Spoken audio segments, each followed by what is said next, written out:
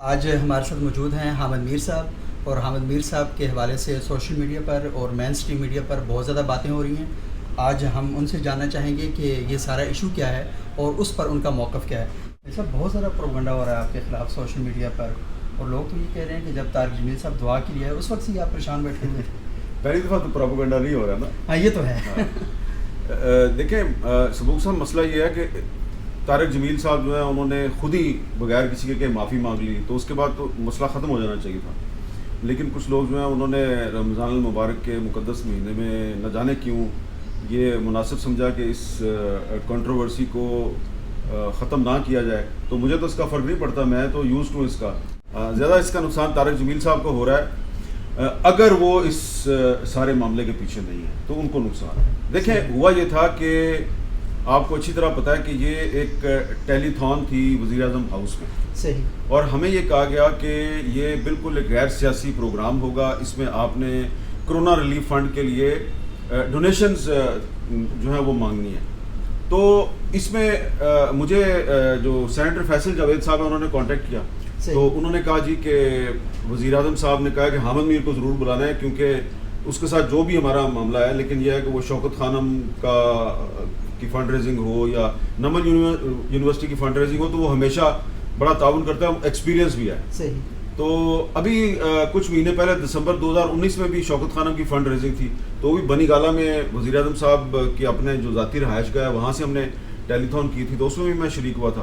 تو فیصل جاوید صاحب نے کہا کہ آپ نے ضرور آنا ہے۔ صحیح۔ اب میرے لیے بڑا مسئلہ تھا، دیکھیں کہ جنگ کے ایڈیٹر ان چیف میر شکیل الرحمان صاحب جو ہیں وہ نظر بند ہیں، صحیح، اور میں عمران خان صاحب کے ساتھ بیٹھ کے تو ٹیلی تھون کر رہا ہوں، تو بڑا مسئلہ تھا میرے لیے۔ خیر میں نے بڑا سوچا، اپنے کولیگس کے ساتھ مشورہ کیا، تو انہوں نے کہا کہ یہ اگر ایک غیر سیاسی پروگرام ہے اور ایک انسانی خدمت کا معاملہ ہے تو آپ چلے جائیں، اس میں کوئی حرج نہیں ہے۔ صحیح۔ ہمیں یقین دلایا گیا کہ یہاں پہ کوئی سیاسی بات نہیں ہوگی۔ خیر ہم چلے گئے جی، ہم وہاں پہ چلے گئے۔ اب ہمیں کہا گیا کہ 4 سے لے کے 6 بجے تک ہوگا، یہ 2 گھنٹے کا۔ صحیح۔ تو ہم چلے گئے، بیٹھ گئے وہاں پہ، تو اب 6 سے وہ بات 7 تک چلے گی، 7 بجے تک معاملہ چلا گیا۔ اب آپ نے اگر غور کیا ہو تو میں نے اس پوری ٹیلی تھون میں 3 گھنٹے کی ٹیلی تھون میں کوئی ایک سیاسی سوال نہیں کیا۔ جب میرے کچھ کولیگز جو ہیں وہ سیاسی معاملات کی طرف جانے کی کوشش کرتے تھے، ایون جب وزیر اعظم صاحب نے بھی سیاست پہ بات کی تو میں نے ان کو بھی درخواست کی کہ آپ فنڈ ریزنگ پر فوکس کریں۔ صحیح۔ وہاں پر ہمیں کہا گیا جی کہ آخر میں مولانا طارق جمیل نے دعا کروانی ہے۔ صحیح۔ تو 7 بج گئے، تو طارق جمیل صاحب کو جب فیصل جاوید نے کہا جی اب آپ دعا کروائیں، آپ وہ نکال کے دیکھ لیں کہ انہوں نے دعا سے بات شروع نہیں کی، انہوں نے تقریر شروع کر دی۔ صحیح۔ اور پھر انہوں نے یہاں تک کہا کہ کیونکہ آپ نے مجھے اتنی دیر بٹھایا ہوا تو میں بھی آپ کا ٹائم میں بھی۔ صحیح۔ اچھا اب مغرب کی اذان ہو چکی ہے، آپ کو پتہ مغرب کی اذان کتنے بجے ہوتی ہے؟ صحیح، بالکل ٹھیک ہے، تو مغرب کی اذان ہو چکی ہے اور وہاں پر بہت سے ایسے لوگ ہیں جو نماز مغرب بھی ادا کرتے ہیں، اس میں وزیر اعظم صاحب بھی ہیں۔ صحیح۔ تو ہم اب اس پریشانی کا شکار ہیں کہ مغرب کی اذان ہو گئی ہے، کچھ لوگوں نے نماز بھی پڑھنی ہے۔ اگلے دن رمضان شروع ہو رہا تھا کہ لوگ جو ہیں وہ بڑے اہتمام سے نماز پڑھتے ہیں، تو طارق جمیل صاحب کی تقریر ختم نہیں ہو رہی۔ صحیح۔ اچھا، اور تقریر جو ہے وہ اس میں پھر وہ اجڑا چمن کا قصہ لیا ہے۔ صحیح۔ اب جناب 7:20 ہو چکے ہیں، میرے ساتھ ہی بیٹھے تھے فیصل جاوید صاحب، میں نے ان کو کہا کہ فیصل جاوید صاحب ہمارے 8 بجے لائیو پروگرام ہے، اور کئی اینکرز وہاں بیٹھے تھے۔ ہاں، اس میں کامران شاہد صاحب میرے سامنے بیٹھے تھے، وہ بھی مجھے اشارے کر رہے تھے۔ مالک صاحب اس طرف بیٹھے تھے، ان کا پروگرام نہیں تھا لیکن انہوں نے بھی کہیں جانا تھا۔ تو ہم اب پریشان ہو رہے تھے کہ یہ 8 قریب آ رہی ہے اور طارق جمیل صاحب کی دعا شروع نہیں ہو رہی، اس کی وجہ سے وہاں بے چینی کا شکار تھے۔ تو انہوں نے جا کے دعا جو ہے وہ ختم کی ہے کہیں 7:30 بجے کے قریب۔ ٹھیک ہے، اب اس میں انہوں نے بہت سی ایسی باتیں کی کہ جس پہ سوال اٹھانا جو ہے وہ جائز تھا۔ میں نے جو پھر وہاں سے پھر طارق فیصل جاوید صاحب کو میں اپنے ساتھ ہی ادھر لے آیا یہاں پہ، تو انہوں نے ہمارا شکریہ ادا کیا۔ تو میں نے پھر اپنی ٹرانسمیشن میں اپنا جو پروگرام تھا میں نے صرف یہ کہا کہ یہ جو طارق جمیل صاحب نے کہا کہ ایک میڈیا چینل کا جو مالک ہے اس نے مجھے کہا کہ اگر میں جھوٹ ختم کر دوں تو پھر تو میرا چینل چل ہی نہیں سکتا۔ تو میں نے کہا آپ کو اس کا نام بتانا چاہیے، کیونکہ اس کی وجہ سے تمام ٹی وی چینل کے مالکان اور تمام ٹی وی چینل مشکوک ہو گئے، اور طارق جمیل جیسی شخصیت جو ہے اس کی وجہ سے اس طرح کے شکوک و شبہات نہیں پھیلنے چاہیے۔ دوسری باتیں جو تھی نا وہ بعد میں آتی ہیں کہ جی سارے جھوٹ بولتے ہیں اور بے حیائی جو ہے اس کی وجہ سے کرونا وائرس پھیلا ہے. تو میں نے ایک سوال اٹھا دیا اپنے پروگرام میں, فیصل جوید صاحب نے اس پہ کوئی اعتراض نہیں کیا. اسی دن کامران شاہد صاحب نے بھی پروگرام کیا, اسی دن جوید چودھری صاحب نے بھی پروگرام کیا. جوید چودھری صاحب کے پروگرام میں طارق جمیل صاحب نے کہا کہ صرف 2 صحافیوں کو میں ایماندار مانتا ہوں, ایک آپ ہیں اور ایک حسن نثار صاحب. وہاں سے جو ہے نا یہ اس بحث نے نیا ٹرن لیا. آپ غصہ ہو گئے تھے اس بات پر کہ نہیں مجھے تو کوئی غصہ نہیں آیا. صحیح. اچھا. تو اگلے دن کیونکہ میرا تو ویسے میں آپ کو بتاؤں, میری طارق جمیل صاحب سے مجھے نہیں یاد کہ میں کبھی زندگی میں ان کو براہ راست میری کوئی ان سے ملاقات ہوئی ہے. کبھی فون پہ بھی میری ان سے بات نہیں ہوئی. مجھے یاد نہیں ہے. ہو سکتا ہے کہ کوئی 15-20 سال پہلے ان کو یاد ہو, لیکن مجھے نہیں یاد پڑتا کہ میں کبھی میں نے ان کو دور دور سے دیکھا ہے.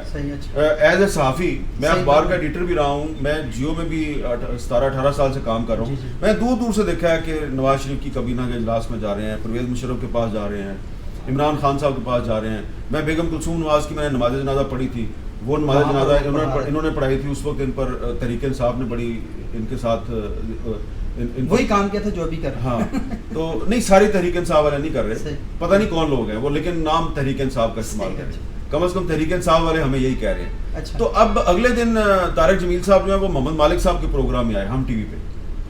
ابھی پروگرام شروع ہوا ہے, ابھی ان سے کسی نے کوئی سوال نہیں کیا, تو انہوں نے کہا جی کہ میں آپ سے غیر مشروط معافی مانگتا ہوں اور بغیر کسی دلیل کے مانگتا ہوں, کوئی بغیر کسی دلیل کے مانگتا ہوں. تو بات انہوں نے وہاں پہ ختم کر دی, لیکن اس کے ساتھ ساتھ وہ پھر کچھ بولتے رہے. تو میں نے ان سے یہ کہا کہ آپ اس میڈیا چینل کے مالک کا نام بتا دیں. انہوں نے کہا میں نام نہیں بتاتا, یہ غیبت میں آتا ہے.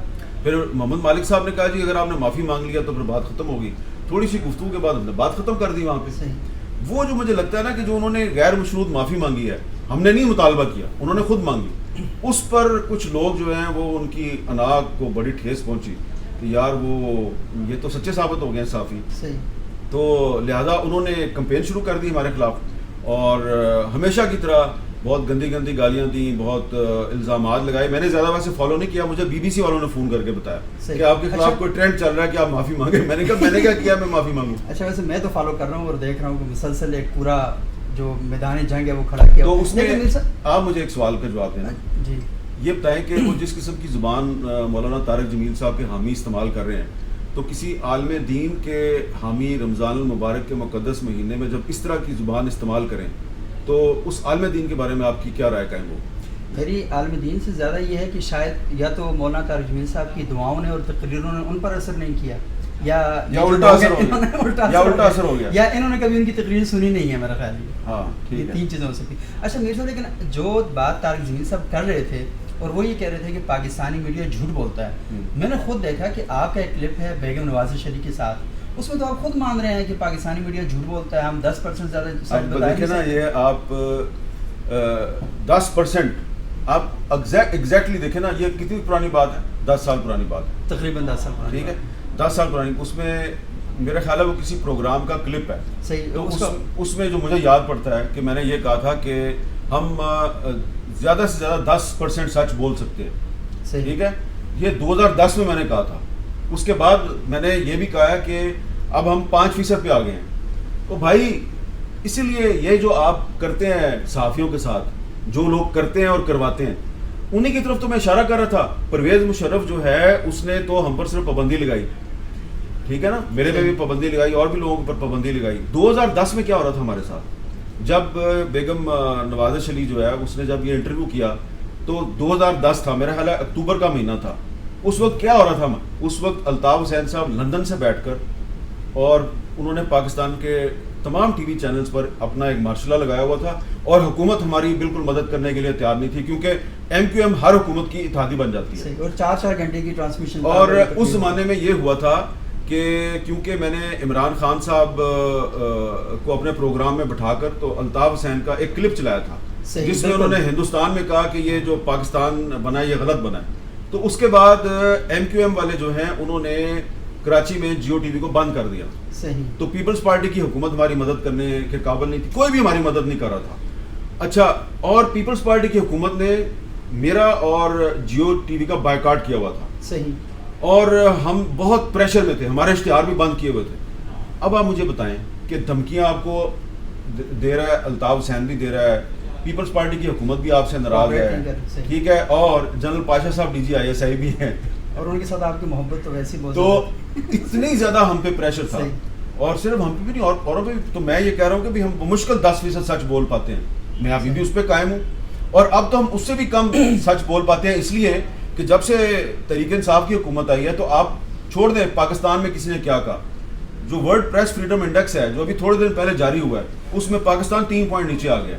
تو پھر طارق میر صاحب بات صحیح کر رہے ہیں نا, کیا انہوں نے کہا ہے کہ میڈیا جھوٹ بولتا ہے. میڈیا جھوٹ بولتا ہے, ان کو یہ بھی بتائیں کہ سارا میڈیا جھوٹ نہیں بولتا.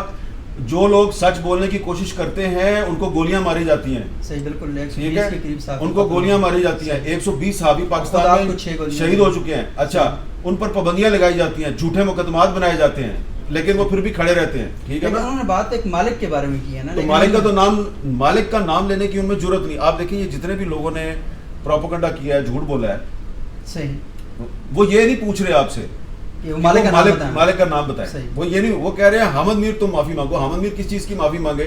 حامد میر تو اس لیے اس نے سوال اٹھایا تھا کہ وہ تو گولیاں کھاتا ہے آپ کے لیے, اور اس کو آپ جھوٹے الزامات لگاتے ہیں, گاڑی کے نیچے بم لگاتے ہیں.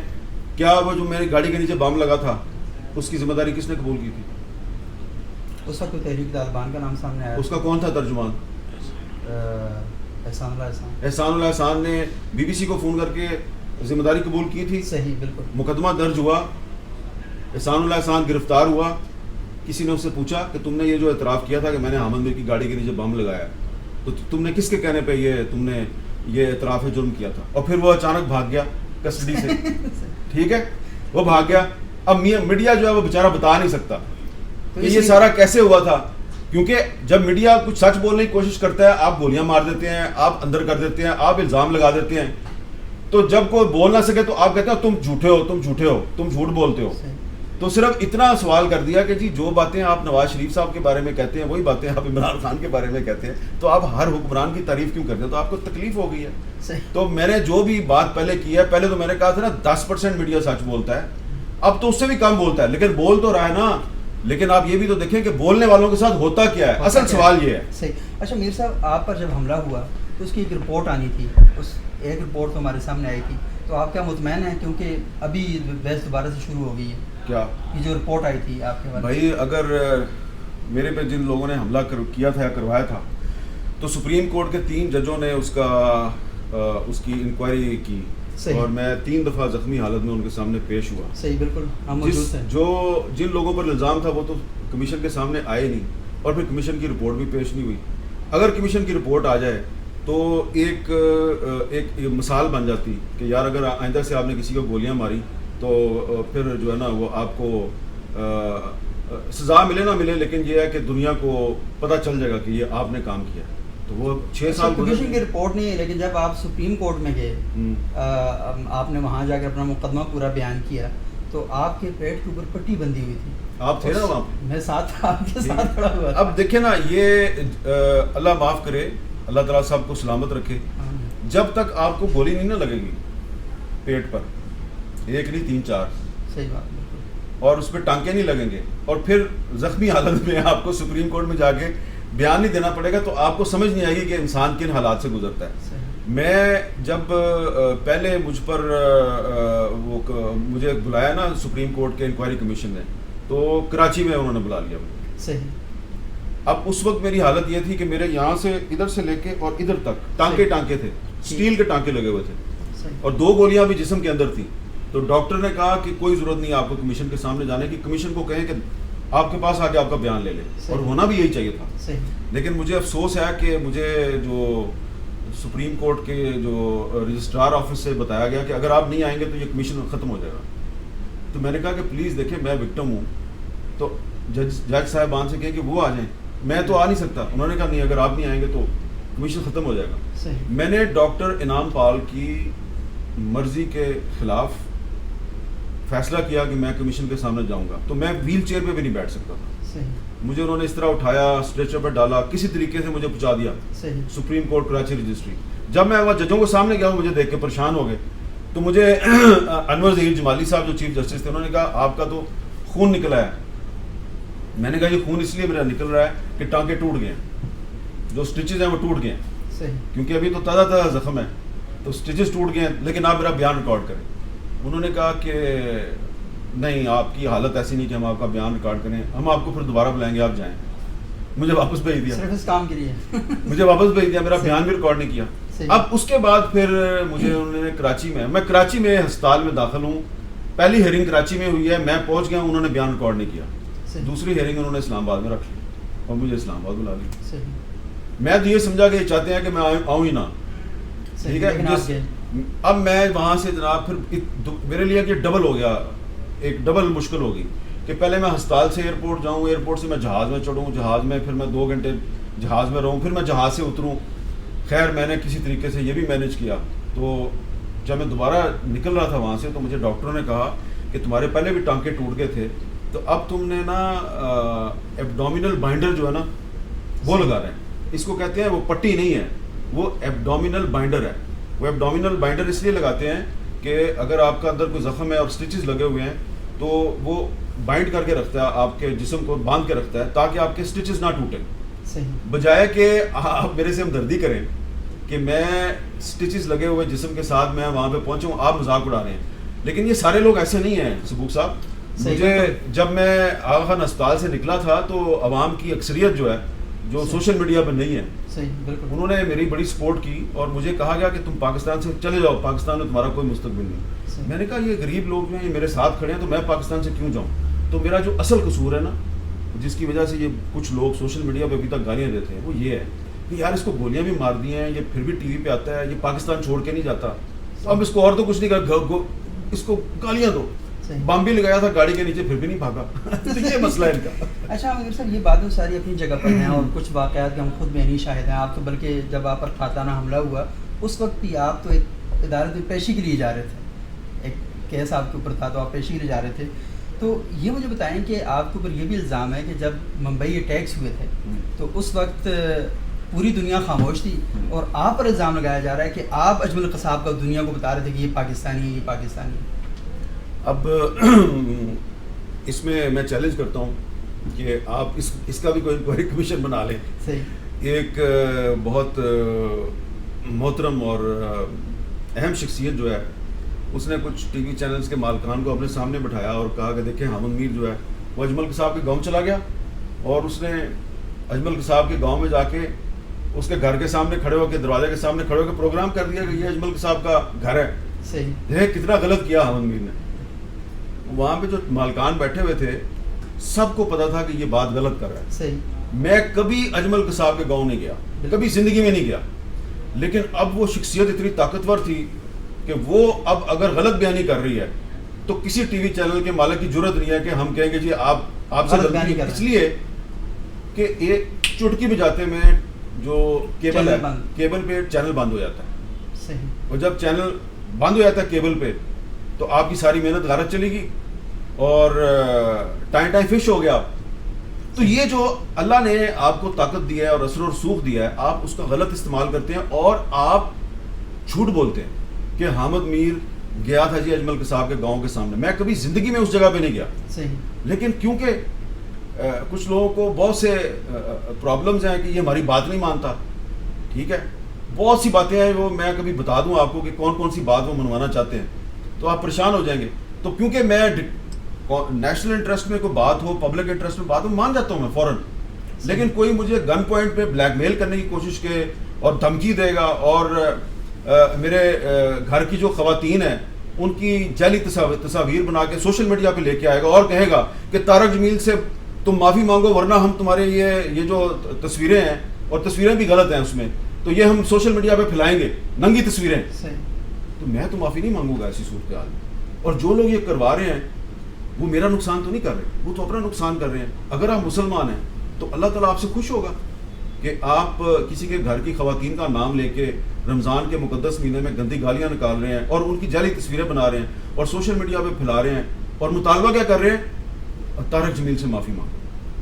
لیکن حامد میر صاحب یہ بات درست ہے, لیکن آپ نے جب وہاں پر جو ٹیلی تھون ٹرانسمیشن ہوئی ساری, لیکن میں نے دیکھا کہ کچھ اور لوگ ہیں جو شاید اس ٹرانسمیشن کے حصہ نہیں تھے, وہ باہر تھے, لیکن وہ مولانا صاحب کی بڑی حمایت کر رہے ہیں. وہ آپ کی مخالفت کیوں کر رہے ہیں؟ ہاں یہ بات مجھے نہیں پتا کہ کچھ لوگ مخالفت کیوں کر رہے ہیں، اور اس میں کچھ ایسے مرد و خواتین بھی ہیں جن کے میرے ساتھ بہت اچھے تعلقات ہیں، بہن بھائی والے تعلقات ہیں، برادرانہ تعلقات ہیں، تو مجھے بھی سمجھ نہیں آئی، تو اس میں مجھے بھی سمجھ نہیں آئی کہ یہ کیوں ایسے کر رہے ہیں۔ پھر بندہ جو ہے وہ سوچتا ہے یار کہ اگر آپ کئی سال سے آپ اپنی ٹائم سلاٹ میں آپ کا پروگرام نمبر 1 ہو تو پھر جیلسی تو ہو جاتی ہے نا، اچھا حسد بھی ہو جاتی ہے۔ پھر اس میں یہ ہے کہ یار ایک طرف میر شکیل الرحمان جو ہے اس کو جیل میں بند کیا ہوا، دوسری طرف احمد میر کو وزیر اعظم اپنے ساتھ بٹھا رہا ہے اور وہ چلا بھی گیا ہے، تو یہ بھی تکلیف ہے۔ اب یہ تکلیف آپ نے دیکھا نا ARY پہ کچھ بارش صاحبان جو ہیں وہ کہا گیا، یہ علماء نے مطالبہ کیا کہ حامد میر معافی مانگے طارق جمیل سے۔ وہ علماء اتنے نامور تھے کہ کوئی بندہ ان کو نہیں جانتا۔ اچھا، اب اس میں سبو صاحب ایک اور معاملہ، یہ بات میں آج کرنا چاہتا ہوں، یہ میں نے پہلے کبھی نہیں کی۔ کچھ جو ٹی وی اینکرز اور نام نہاد صحافی ہیں نا، ان کو ماضی قریب میں میرے ساتھ ایک بہت بڑا مسئلہ پیدا ہو گیا۔ کیا؟ وہ یہ مسئلہ پیدا ہو گیا کہ پچھلے سال اقتدار کے ایوانوں میں ایک بحث شروع کروائی گئی کہ پاکستان کو چاہیے کہ اسرائیل کو تسلیم کر لیں۔ صحیح، بالکل یاد ہے آپ کو؟ بالکل، میں نے اس پہ کالم بھی لکھے تھے۔ بالکل پڑھنا۔ اب اس میں کچھ بیک گراؤنڈ بریفنگز بھی ہوئیں، کچھ بیک گراؤنڈ میں کہا گیا جی کہ چلیں تسلیم نہ کریں لیکن اس پر ڈبیٹ کا آغاز تو کریں۔ میرا اس پہ موقف یہ تھا کہ جب تک مسئلہ کشمیر حل نہیں ہوتا اور جب تک اسرائیل کی طرف سے جو 2 اسٹیٹ سولوشن ہے اس پر امپلیمنٹیشن نہیں ہوتی تو پاکستان کو کسی کو خوش کرنے کے لیے شاہ سے زیادہ شاہ کا وفادار نہیں بننا چاہیے، سمجھ گئے نا آپ؟ بالکل، شاہ سے زیادہ شاہ کا وفادار نہیں بننا چاہیے۔ صحیح، ایک شاہ ہے، بالکل، ہاں، اس کا وہ چاہتا ہے کہ پاکستان اسرائیل کو تسلیم کر لے تو پھر اس کے لیے بھی آسان ہو جائے گا۔ صحیح، یہ میرا مسئلہ تھا۔ میں نے اس پر کہا جی کہ قائد اعظم محمد علی جناح کے کچھ فرمودات ہیں، 23 مارچ 1940 کی جو قرارداد ہے اس میں بھی کہا گیا کہ پاکستان کبھی عربوں کو تنہا نہیں چھوڑے گا۔ صحیح، تو یہ ہمارا جو اگر کوئی نظریہ پاکستان واقعی ہے تو یہ اس کی خلاف ورزی ہو جائے گی۔ صحیح، پھر ایک ملاقات کا اہتمام ہوا وزیر اعظم عمران خان سے۔ صحیح، اب اس ملاقات میں کوئی 20-25 لوگ تھے، وہاں پر یہ بحث شروع کروا دی گئی۔ آپ تھے؟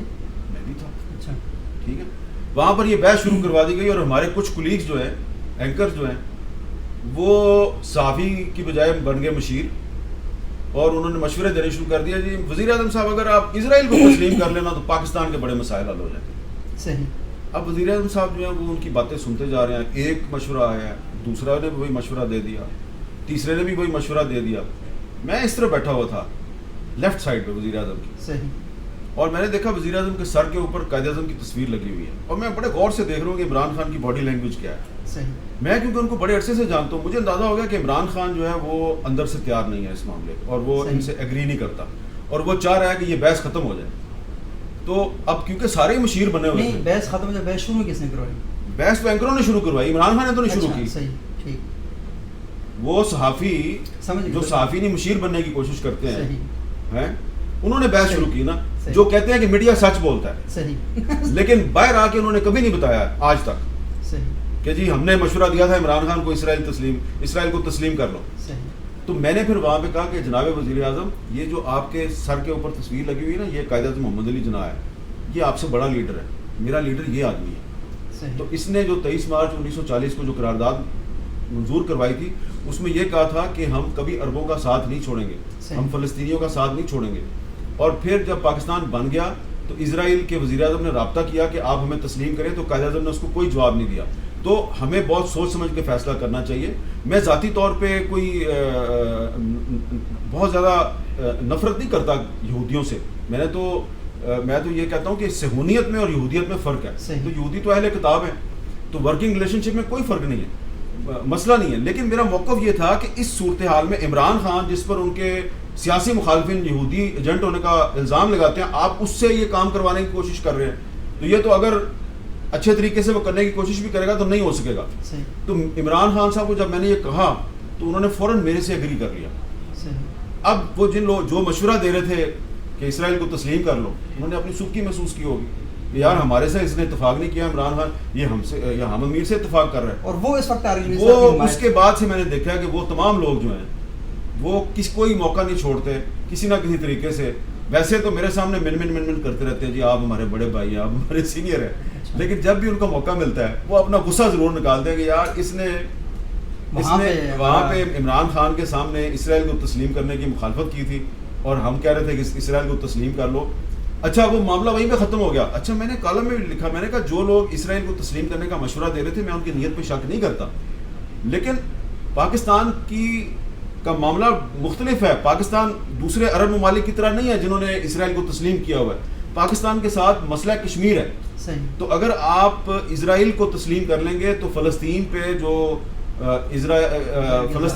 یونائٹڈ نیشنز کی قراردادیں ہیں وہ کمپرومائز ہوتی ہیں, اس کا نقصان کشمیر کے مسئلے کو پڑے گا. میرا یہ موقف ہے. لیکن وہ میرے جو اینکر بھائی ہیں اور بہنیں بھی ہیں 2-3, ان کو سمجھ نہیں آ رہی, اور وہ انہوں نے جب طارق جمیل والا ایشو شروع ہوا تو انہوں نے کہا محبت میں انہوں نے کہا پہ جاؤ احمد میر.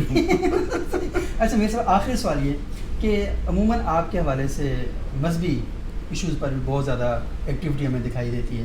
آپ نے ایک دفعہ کالم لکھا جو جمعیت علماء ہند کے سربراہ تھے مولانا حسین مدنی صاحب, ان کے بارے میں لکھا, آپ کے خلاف ایک مظاہرہ ہوا, پھر آپ کے خلاف توہین رسالت کے حوالے سے بھی اسلام آباد ہائی کورٹ میں کیس بن گیا. عموماً یہ رائے پائی جاتی ہے کہ آپ علماء کرام کے مخالف ہیں, تو یہ ساری ایشو کیا ہے؟ میں کبھی کبھی تو آپ کو بہت بڑے علماء کے قریب دیکھتا ہوں, اور پھر جو مذہبی طبقہ آپ کبھی جو ہوتا ہے نا یہ ایک اکیڈیمک ڈبیٹ تو ہوتی رہتی ہے نا, علمی بحث مباحثہ ہوتا رہتا ہے. وہ جس آپ کالم کا حوالہ دے رہے ہیں وہ شورش کشمیری صاحب کی ایک کتاب کا میں نے حوالہ دے دیا تھا, اس پہ کچھ علماء ناراض ہو گئے. اب مولانا زاہد الراشدی صاحب جو ہیں وہ اسی مقدہ فکر کے انہوں نے میرا ایک کالم لکھا ہے کہ میں سمجھتا ہوں کہ اگر آج شورش کشمیری صاحب اور مولانا ظفر علی خان زندہ ہوتے تو وہی لکھتے جو حامد میر لکھ رہا ہے. تو وہ شورش کشمیری صاحب کی کتاب کا ہی حوالہ تھا نا, تو وہ معاملہ ختم ہو گیا. تو اب اس میں دیکھیں کہ میں پاکستان کے تمام جو بڑے جید علماء ہیں ان کا احترام کرتا ہوں, اور کسی عالم دین سے صرف یہ مطالبہ کرنا کہ بھئی آپ نے ایک ٹی وی چینل کے مالک کا نام لیا ہے جو کہتا ہے کہ میں جھوٹ کے بغیر اپنا چینل نہیں چلا, پلیز اس کا نام بتا دیں تاکہ باقی مشکوک نہ ہو. آپ مجھے بتائیں یہ جائز سوال ہے کہ نہیں؟ یہ سوال جائز ہے, لیکن آپ طارق جمیل صاحب سے اگر فون کر کے ذاتی طور پہ پوچھ لیں. یہ کیوں انہوں نے ذاتی طور پہ بات کی ہے؟ انہوں نے ذاتی طور پہ بات کی ہے, انہوں نے ذاتی طور پہ بات نہیں کی ہے. اور دوسری بات یہ ہے کہ ایک اچھی چیز کی انہوں نے خود ہی معاملہ ختم کرنے کی کوشش کی, لیکن معاملہ ختم نہیں ہوا, اور اس کے بعد سے وہ خاموش ہیں. وہ ان کے مداحوں نے نہیں, مداح نہیں ہے. اچھا, اس میں ان کے بہت قریبی لوگ بھی ہیں, اور ان کی خاموشی نے کچھ سوالات پیدا کیے ہیں کہ وہ کیوں خاموش ہیں. بھائی وہ دنیا کو کم از کم یہ تو بتا دیں کہ کیا آپ پر کسی نے معافی مانگنے کے لیے دباؤ ڈالا تھا؟ کسی نے دباؤ نہیں ڈالا ان پہ. انہوں نے اپنی مرضی سے معافی مانگی اور غیر مشروط معافی مانگی, لیکن معافی مانگ کے وہ خاموش ہو گئے. اور اے آر وائی نے مجھ پہ الزام لگایا کہ میں نے مجبور کیا, میں نے مولانا طارق جمیل سے معافی منگوائی, حالانکہ انہوں نے پروگرام شروع کرتے ہوئے خود معافی مانگ لی تھی. تو وہ اب اگر اے آر وائی اگر جھوٹ بول رہا ہے تو میں اس میں کیا کر سکتا ہوں. تو یہاں تک تو مولانا طارق جمیل نے صحیح کہا تھا کہ میڈیا جھوٹ بولتا ہے, لیکن میرا موقف یہ ہے کہ سارا میڈیا جھوٹ نہیں بولتا اور سارے صحافی جھوٹ نہیں بولتے. اور جاوید چودھری صاحب کے بارے میں تو طارق جمیل صاحب نے کہا تھا نا کہ یہ آپ سچ بولتے ہیں, تو ان کا کالم پڑھ لیں. آج کیا تاریخ ہے؟ 30 اپریل. آج ان کا کالم پڑھ لیں, اور انہوں نے یہ کہا ہے کہ صرف 1% لوگ جو ہیں ان کے بارے میں آپ یہ کہہ سکتے ہیں میڈیا میں وہ جھوٹ بولتے ہیں, باقی 99% کے بارے میں آپ یہ نہیں کہہ سکتے. اور طارق جمیل صاحب کہتے ہیں کہ وہ سچ بولتے ہیں. وہ سچ بولتے ہیں, ان کا سچ آج سامنے آ گیا. بہت شکریہ حامد میر صاحب. آپ نے ناظرین سنا حامد میر صاحب کو, اور حامد میر صاحب نے اپنے موقف کا اظہار کیا. آپ اس پر اپنی رائے دے سکتے ہیں. بہت شکریہ.